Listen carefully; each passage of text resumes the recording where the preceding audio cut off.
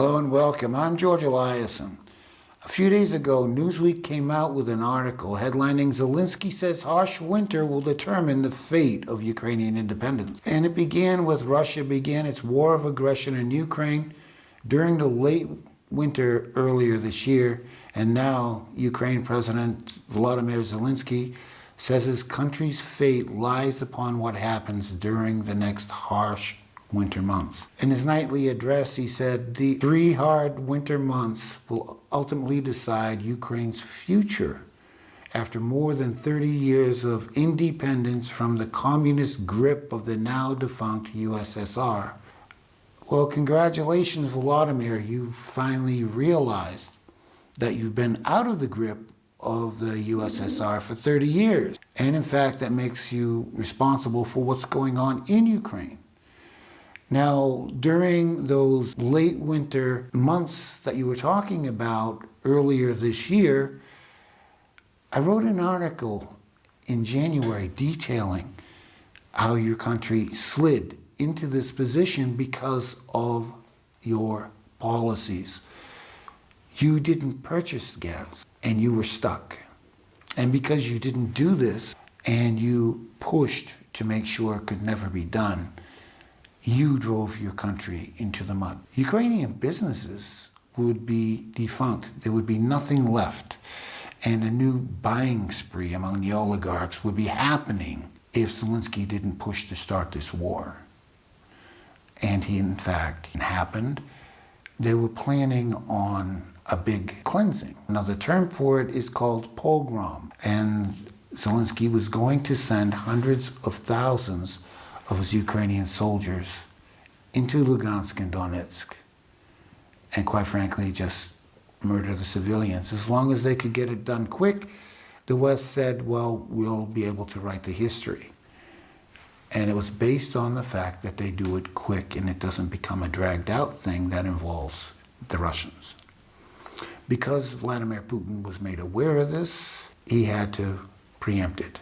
Otherwise, tens of thousands of Ukrainians in Donbass, in Donetsk, and Lugansk would have been murdered. Now, Zelenskyy went further and he said, this is going to be the most difficult winter for the entire world. Russia is doing everything in 90 days of this winter to break the resistance of Ukraine, the resistance of Europe, and the resistance of the world. Because this is what Russia hopes for. This is its last argument. And I say it's just the opposite. It's Zelenskyy that's making these arguments. Russia, over the last months, has offered to sell gas to Europe. And it's been European leaders like Alina Baerbock that would rather support Ukraine than its own people.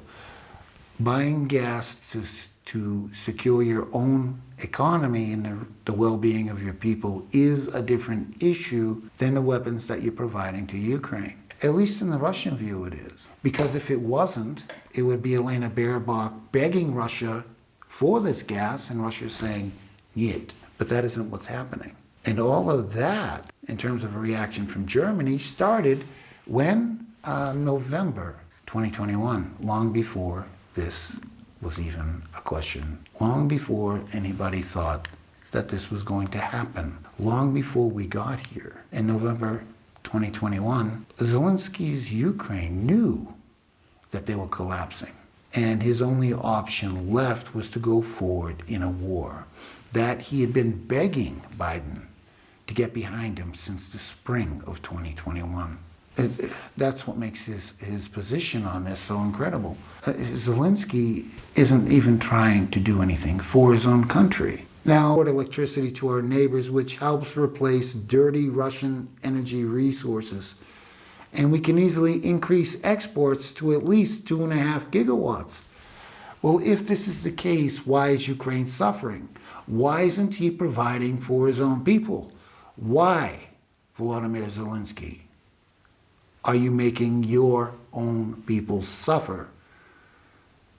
Why? Because Zelenskyy does not have the Ukrainian people's best interest in mind in any way, shape, or form, because that's not who's paying his salary. People like Baerbock should be ashamed. I'm George Eliason. Thank you.